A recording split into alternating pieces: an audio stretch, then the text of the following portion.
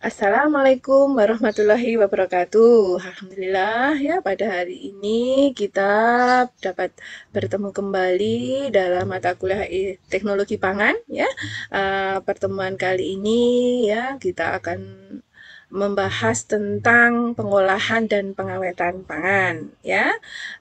Jadi mata kuliah ini atau materi ini terkait dengan berbagai macam pengolahan pangan ya, yang melatar belakangi kenapa ada pengolahan pangan. Ya kan, kita tahu bahwa pangan itu bersifat perishable ataupun mudah rusak, ya kan?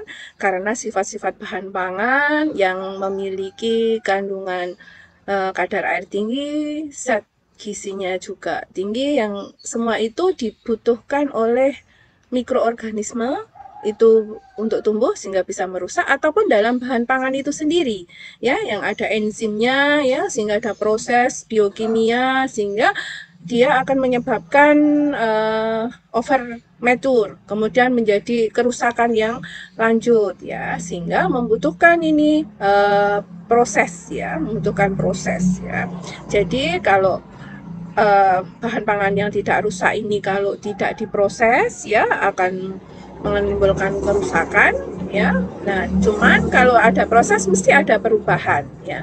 Namun ada perubahan, memang ada perubahan yang positif dan perubahan yang kurang kurang disukai gitu ya. Jadi perubahan yang jelas untuk pengolahan itu nanti kita dengan pengolahan ya, dengan tujuan kita menghentikan proses berlangsungnya proses reaksi enzimatis ya, dia akan berhenti metabolismenya secara reaksi biokimianya.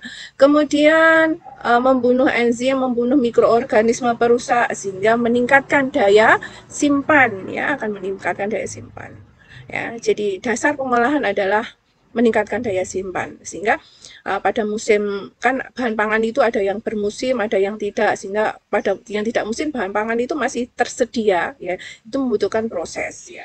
Kemudian sifat jalannya tujuan kedua adalah penganekaragaman. Dengan berbagai macam pengolahan merubah sifat bahan pangan itu menjadi bahan pangan yang beraneka ragam. Contohnya gini, ketela ya, diolah dengan fermentasi menghasilkan tape, menghasilkan keripik. Nah, itu kan penganekaragaman olahan, penganekaragaman produk. Kedelai difermentasi menjadi tempe, menjadi tahu ya. Nah, kemudian di pengolahan lainnya akan beraneka ragam ya. Sehingga akan menambah jenis-jenis makanan olahan ya. Kemudian sifat nutrisinya, ke zat gizinya. Otomatis kalau dengan berbagai pengolahan ya, ada yang menurun, ada yang meningkat nutrisinya. Kalau menurun ya, ada yang ini adalah vitamin-vitamin, protein yang larut air ya, yang larut air ini ya akan mudah rusak selama pengolahan ya. Namun nanti ada kita bagaimana ini dalam pengolahan ini akan menjadi seni bagaimana zat gizinya itu masih bisa diamankan, namun aman juga untuk dikonsumsi dari bahaya-bahaya yang lain gitu. Kemudian sifat sensoris, dengan adanya proses otomatis sifat sensorisnya akan meningkat ya, cita rasanya meningkat, aroma meningkat ya, jadi meningkatkan cita rasa. Jadi memang makanan itu selain nilai gizinya ya cita rasanya secara sensoris akan meningkat. Jadi itu yang melatar belakangi nanti selama perkuliahan ke depan ya, teknologi ke depan kita akan membahas nih berbagai macam teknologi pengolahan dan pengawetan pangan ya. Jadi bagaimana metode-metodenya, bagaimana sifat perubahan zat gizinya kan, selama itu sensorisnya bagaimana, itu yang kita akan mempelajari tentang pengolahan dan pengawetan pangan ya. Jadi secara definisi ya, jadi pengawetan dan pengolahan itu adalah usaha untuk mengurangi ya, mencegah dan menghambat laju kerusakan bahan pangan ya. Jadi tadi sudah di awal sudah sampaikan bahwa bahan pangan itu mudah rusak karena ya ini ya, kadar airnya tinggi ya, zat gizinya tinggi ya, sehingga itu memang memang menjadi media yang baik untuk pertumbuhan mikroorganisme perusak. Nah, satu lagi ya, bahan pangan itu kan hidup, ya, otomatis kalau hidup, ya ada enzim, ya, adanya enzim itu yang bisa membuat terjadi reaksi biokimia yang memecah mikroorganisme, memecah zat gizi sehingga nanti menjadi rusak ya, menjadi terurai, menjadi pembusukan. Contohnya untuk protein. Kalau yang diinginkan hanya sebatas asam amino yang dibutuhkan tubuh, tapi penguraiannya sampai ke menjadi amonia, menjadi asam sulfida yang berbau tidak enak, seperti itu ya. Sehingga memang definisi pengolahan adalah nanti usaha kita mengurangi ya, mencegah ya. Jadi mencegah tadi supaya tidak rusak dan menghambat laju kerusakan. Tapi memang kita tidak bisa ini dalam pengolahan pangan ini membunuh semua mikroorganisme. Kalau kita mau mensterilkan, membunuh semua mikroorganisme, zat gizinya tidak aman. Jadi di sini nanti pengolahan itu akan menjadi seni di mana makanan itu aman secara mikrobiologis, secara kimia, ya, tapi masih zat gizinya masih bisa dipertahankan, ya, ya. Ya, seperti tadi. Jadi tujuan untuk pengolahan adalah meningkatkan shelf life-nya, ya, daya simpannya, ya, meningkatkan daya simpannya kan otomatis dari penyebab-penyebab tadi kita sudah kondisikan untuk apa? Tidak penyebab kerusakan ini diperlambat ini dari enzim kita bisa inaktifkan dengan panas, ya. Dengan adanya panas kita inaktifkan. Kemudian dengan adanya dingin ya seperti itu. Jadi pengolahan bisa dengan panas, pengolahan dengan dingin, dengan fermentasi, kemudian dengan garam, dengan asam. Itu antara lain jenis pengolahan. Kemudian penganeka-ragaman jenis makanan jelas dengan adanya pengolahan akan memberikan produk baru ya, memberikan produk baru. Kemudian peningkatan mutu pangan ya. Jadi ada eating quality, jadi kualitas untuk dimakan menjadi optimal ya, karena makanan akan menjadi aman ini dari bahaya-bahaya kimia, bahaya-bahaya mikrobiologis ya, bahaya-bahaya fisik ya. Kemudian sensory quality, jadi otomatis cita rasa akan meningkat ini, cita rasa akan meningkat. Satu lagi adalah nutritional quality. Ya, nutritional quality ini adalah di mana dengan pengolahan itu kita bisa meningkatkan daya cerna, ya, daya cerna. Jadi makanan mentah itu terutama nabati, ya, itu adanya zat-zat anti gizi, misalkan serat, ya, yang proteinnya panjang, kemudian ada anti gizi yang misalnya pitat pada kacang kedelai dengan pengolahan dia akan hilang, ya, akan hilang, menghilangkan anti gizi sehingga dengan adanya pitat itu juga akan meningkatkan daya cerna protein ya seperti itu. Kemudian misalkan untuk telur ya, untuk telur itu dengan pemanasan ya, pemanasan terutama untuk putih telur ya, pencernaan akan meningkat, daya availabilitasnya akan meningkat, bioavailabilitasnya meningkat ya. Jadi seperti itu. Fermentasi apalagi fermentasi untuk tempe itu ya secara nutrisional kuantitas jumlah itu memang tidak berubah, tapi kualitas ya daya cerna akan meningkat dengan adanya pengolahan fermentasi karena protein itu akan dipecah menjadi asam-asam amino. Nah, itu akan meningkatkan daya cernanya. Ya, oke. Dari pengolahan dan pengawetan ya ada prinsip dasarnya ya. Yang jelas satu prinsip dasarnya jadi ini yang paling lama ya, yang di awal pengawetan itu adalah penurunan kadar air. Ya, kita tahu bahwa di awal tadi sudah saya sampaikan bahwa kadar air itu menjadi media untuk tumbuhnya mikroorganisme ya, bisa jamur, bisa bakteri, bisa kamir. Terutama jamur ya, untuk produk kering itu jamur itu mikroorganisme yang utama ya. Sehingga untuk pengolahannya yang pertama adalah penurunan kadar air. Dengan metode apa? Ya, dengan pengeringan ya, pengeringan tradisional pakai sinar matahari atau pakai mesin, pakai oven ya. Dimana air ini kalau diturunkan pada batas aman ya, ya air mikroorganisme tidak bisa tumbuh ya, bisa diperpanjang nih masa simpannya ya. Misalkan kalau produk kering ya, misalkan beras gitu ya, padi itu kalau nggak dikeringkan hanya bertahan 1 minggu berjamur, tapi kalau dikeringkan ya bisa ke panen berikutnya masih bertahan. Kalau pengeringannya baik ya, kadar air bisa dipertahankan ya sampai sekitar 12-14% ya. Nah, itu mikroorganisme tidak bisa tumbuh sehingga bisa diperpanjang ya masa simpannya. Nah, kemudian prinsip yang kedua adalah perlakuan panas ya. Nah, perlakuan panas. Dengan metode perlakuan panas ya, panas itu bisa menginaktifkan enzim, bisa membunuh mikroorganisme ya. Kita tahu bahwa enzim, mikroorganisme unsur utamanya adalah protein ya. Kalau protein ya kena panas akan rusak ya, akan terdenaturasi sehingga menjadi inaktif ya. Nah, medianya apa untuk panas? Berbagai macam. Dia ada media air disebut blensing, direbus, dikukus ya. Media uap ya itu bisa panas kering ya, dikukus itu uap air dengan panas kering ya di oven. Kemudian dengan minyak ya, pakai frying, pakai penggorengan ya. Jadi itu nanti pemilihannya tergantung apa yang diolah ya, metodenya seperti apa ya. Ini ya, jadi ada perlakuan panas. Kemudian yang ketiga adalah perlakuan suhu rendah ya, dengan pendinginan ya. Jadi kita memang prinsip pengolahan salah satunya adalah kita memodifikasi suhu, memainkan suhu ya. Suhu karena apa? Kita tahu bahwa mikroorganisme itu mempunyai suhu optimum untuk hidup ya. Sehingga kita pelajari mikroorganisme dulu, makanya sebelum mempelajari ilmu teknologi pangan kita juga belajar tentang mikrobiologi pangan ya. Jadi karena kerusakan bahan pangan itu salah satunya dari mikroorganisme ya, sehingga kita juga ini harus tahu sifat-sifat mikroorganisme.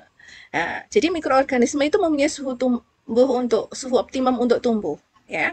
Suhu optimum untuk tumbuh ya. Ada yang senang sama suhu rendah, pada suhu ruang, pada suhu tinggi. Pada umumnya untuk mikroorganisme pembusuk yang perusak itu adalah yang suhu ruang ya. Sehingga kalau kita turunkan suhunya ya, akan menjadi tidak aktif ini, dia tidak tumbuh optimal ya, sehingga kita turunkan suhunya menjadi suhu yang tidak optimum bagi tumbuhnya ya, dia tidak aktif ya. Seperti prinsip Q10 ya, setiap penurunan suhu 10 derajat Celcius akan memperlambat reaksi itu setengah kalinya. Nah, itu prinsipnya. Setiap kenaikan suhu 10 derajat Celcius akan menaikkan reaksi 2 kalinya. Nah, jadi kita mainkan seperti itu. Makanya seperti yang kita tahu kenapa kalau ibu-ibu kita ya, ibu Anda, kalau menyimpan bahan makanan lebih awet di kulkas. Ya. Jadi suhu rendah ini ada dua, ada frozen sama chiller. Ya, ada pendinginan dan pembekuan. Ya, nanti mempunyai sifat masing-masing ya, sudah tahu apa yang harus disimpan di chiller, apa yang simpan di freezer. Nah, jadi kalau pendinginan hanya menurunkan suhu supaya mikroorganisme tidak tumbuh ya, tidak berkembang optimal. Kalau frozen adalah membekukan. Jadi air bebas yang digunakan mikroorganisme untuk tumbuh itu dibekukan sehingga dia tidak bisa untuk digunakan mikroorganisme. Dan selanjutnya juga mikroorganisme tidak bisa hidup pada suhu rendah. Nah, jadi makanya di pembekuan itu akan lebih awet lagi daripada pada suhu rendah ya, pada pendinginan. Ya. Prinsip yang keempat, kita menggunakan fermentasi. Apa toh fermentasi? Ya, Jadi fermentasi itu secara garis besar adalah kita melakukan pengolahan dengan menggunakan mikroorganisme. Ya, jadi kita menggunakan jasa mikroorganisme yang tidak patogen ya, syaratnya jelas ya, tidak menimbulkan penyakit ya, bukan patogen. Kemudian dia mudah tumbuh ya. Contohnya apa untuk produk-produk fermentasi? Ya, ada tape, ada tempe, ada keju. Ya, ada apa lagi? Ya, ada roti, ya, apalagi Macam-macam ya, banyak sekali. Jadi ada fermentasi kan, itu ikan peda itu juga menggunakan fermentasi. Untuk kacang-kacangan, tempe, kecap, ya, serealia ada roti, ya. Kemudian dari tape bisa berlanjut ke cuka, vinegar ya.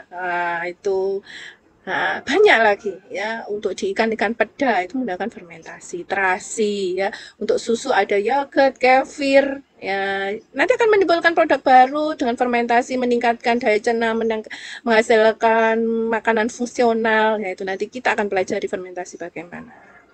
Prinsip yang kelima adalah penambahan BTM. Apa itu BTM? BTM adalah bahan tambahan makanan.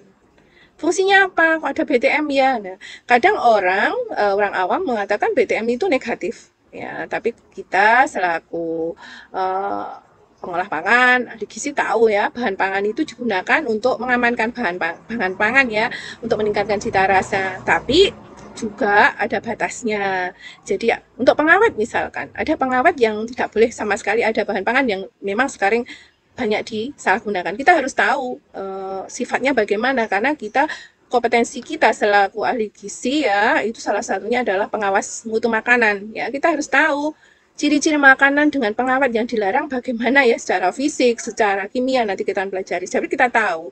Nah, kemudian yang boleh pun kadang memang ada beberapa yang tidak sesuai ya, jadi penambahannya yang melebihi batasnya. Jadi kita harus tahu BTM itu bahan tambahan makanan itu ya digunakan untuk ya membuat makanan itu lebih awet tapi juga aman ya seperti itu. Dengan khusus ya ada pemanis, ada misalkan kita butuh pemanis ya untuk apa?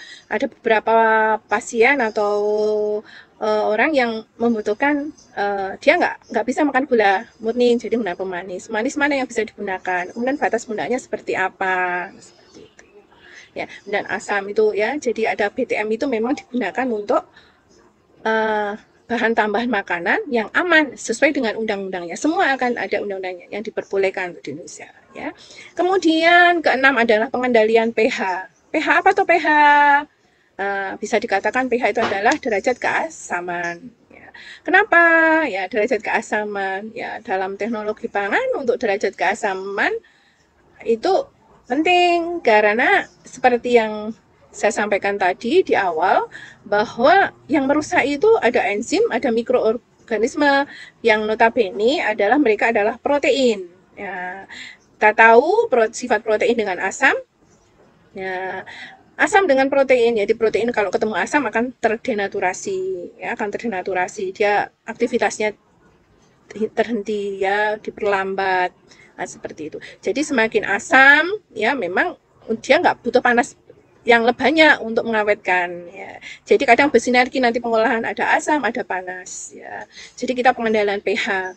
Jadi kalau pH asam ya, pH-nya asam ya, dia mikroorganisme tertentu akan tidak aktif ya, sehingga bisa aman ya, bisa awet dan seperti itu.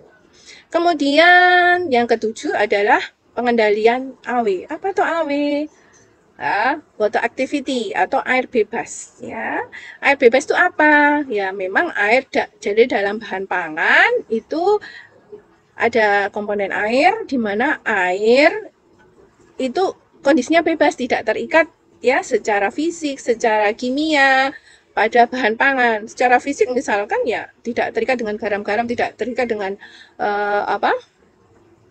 dengan kandungan karbohidrat seperti itu, ada airnya. Tapi di sini dia bebas ya. Air ini loh yang akan digunakan mikroorganisme untuk tumbuh. Ya. Jadi kalau sama sebenarnya untuk pengeringan, tadi pengeringan nanti tidak sampai ke AW. Jadi belum tentu kering itu kalau kering AW-nya merendah, tapi kalau basah belum tentu AW-nya tinggi ya kan. Karena apa? Walaupun basah kalau ada zat di dalamnya mengikat air itu AW-nya menjadi rendah. Contohnya apa? Gula, garam. Ya kan? Selama ini misalkan ikan ya toh dikasih garam jadi awet. Ya, menjadi awet. Ya, karena apa? Garam menyerap air, ya, garam menyerap air sehingga kondisi air bebas menurun sehingga ikan asin menjadi awet. Ya, itu karena garam. Jadi Kemudian satu lagi gula. Ya, kalau di Jawa banyak ini gula-gula awetnya membuat jenang ya. Produk-produk yang dikasih gula tinggi otomatis akan awet. Contohnya misalkan membuat makanan manisan ya kan dari buah yang kalau hanya direbus saja hanya bertahan berapa lama? Sehari sudah basi. Tapi kalau dikasih gula dengan konsentrasi tinggi, gulanya ini akan awet, ya akan awet. Ya. Karena apa? Air bebasnya diambil, diikat oleh gula. Ya, gula garam ini sifatnya mengikat air, sehingga air bebas akan turun. Nah, sehingga jadi awet, gitu ya. Untuk prinsip yang selanjutnya adalah penyinaran dengan iradiasi. Ya, penyinaran dengan iradiasi. Ya, ini menyinar pakai radiasi ya sehingga ada beberapa mikroorganisme ya uh, dengan pancaran sinar gamma ya dia bisa inaktif ya. Kemudian ini untuk tertentu untuk produk-produk tertentu. Dan yang ke-9 adalah pengasapan ya dipapari dengan asap ya. Jadi asap ini komponen asap ini ya ada komponen-komponennya yang menjadi pengawet ya, menjadi pengawet. Jadi dari asap itu kayu itu beberapa menghasilkan salah satunya adalah aroma formaldehid ya, ada keton, ada fumaran yang zatnya itu banyak sekali di asap. Itu yang menjadi anti mikroorganisme. Salah satunya sebenarnya hampir sama dengan formalin ya, karena ada formaldehidnya. Cuman konsentrasinya kecil sekali dan ini masih aman gitu loh ya. Beda dengan penambahan yang zat kimia yang ditambahkan tuh tidak boleh sama sekali ada ya yang di yang biasa dilakukan ada penyalahgunaan itu ya ada. Tapi kecil sekali itu sekitar hampir 60 sampai 70 senyawa aktif ya yang ada dalam komponen asap ya. Sehingga asap itu selain asap juga asap itu kan timbul karena panas nih ya, karena ada panas otomatis juga menurunkan kadar airnya. Jadi ini ada kalau pengasapan itu modifikasi antara panas dan komponen asap. Ya, itulah itu tadi adalah yang akan kita pelajari prinsip-prinsip 8 prinsip dasar pengolahan dan pengawetan. Ya. Dalam konsep pengawetan ya pengawetan pangan kita mengenal namanya Hadel konsep ya ini namanya diambil dari ahli teknologi pangan ya Mr. Hadel ya bahwa dikenal dengan konsep seperti lari gawang yaitu menggunakan lebih dari satu perlakuan pengolahan agar diperoleh efek pengawetan yang optimal ya. Contohnya itu tadi ya yang tadi saya sampaikan misalkan kombinasi antara asam sama panas, kemudian sebelum dilakukan fermentasi di branching dulu, ya, kemudian ya, jadi ada beberapa lebih dari satu atau dua pengolahan, ya. Kemudian selain itu ditambah dengan BTM, nah, itu, jadi lebih dari satu prinsip pengawetan itu akan menghasilkan hasil pengawetan yang optimal ya. Tujuan utama untuk Hadel konsep adalah meminimalisasi mikroorganisme perusak pada bahan pangan dengan proses pengolahan sehingga bahan akan lebih awet ya. Jadi ada efisiensi. Jadi kalau suasana asam itu ya kebutuhan panas tidak terlalu tinggi ya. Nah, seperti itu. Ya. Jadi untuk di pengolahan memang ada namanya satuan operasi pengolahan, yaitu kombinasi dari prosedur yang spesifik untuk mencapai perubahan yang diinginkan pada bahan mentah sampai diolah. Ya, jadi nanti misalkan untuk keripik buah ya, satuan operasinya seperti apa? Oh, ada sortasi sampai pengupasan kulit. Nah, seperti itu. Itu berarti melakukan kebersihan. Kemudian karena keripik buah itu mudah teroksidasi ya, ada namanya perendaman vitamin C misalkan. Konsentrasi vitamin C-nya bagaimana, waktunya bagaimana. Kemudian penirisan waktu dan tuntasnya air ya, karena kalau tidak ditiriskan air akan mengganggu selama proses pengurangan. Jelas ya untuk keripik buah tidak bisa kita menggunakan penggorengan yang konvensional, tapi kita pakai yang vacuum frying ya. Kita harus tahu tekanan dan waktunya. Oke. Nah, apa sih yang mendasari kita untuk pengolahan dan pengawetan? Ya, jadi kita untuk tahu apa yang pengawetan dan pengolahan yang kita pilih, kita harus tahu komoditi dan bahannya. Ya, tahu. Misalkan mau nangka itu ya, nangka. Ya, mau digoreng apa? Sifatnya seperti apa? Kadar airnya tinggi, kadar gulanya tinggi. Kalau digoreng biasa, bagaimana sifatnya dengan penggorengan yang tinggi, lalu tinggi? Ya kan? Nah, akan terjadi karamelisasi, nggak akan jadi keripik. Ya kan? Sehingga nanti kita harus tahu tahu uh, jenis yang metode yang digunakan.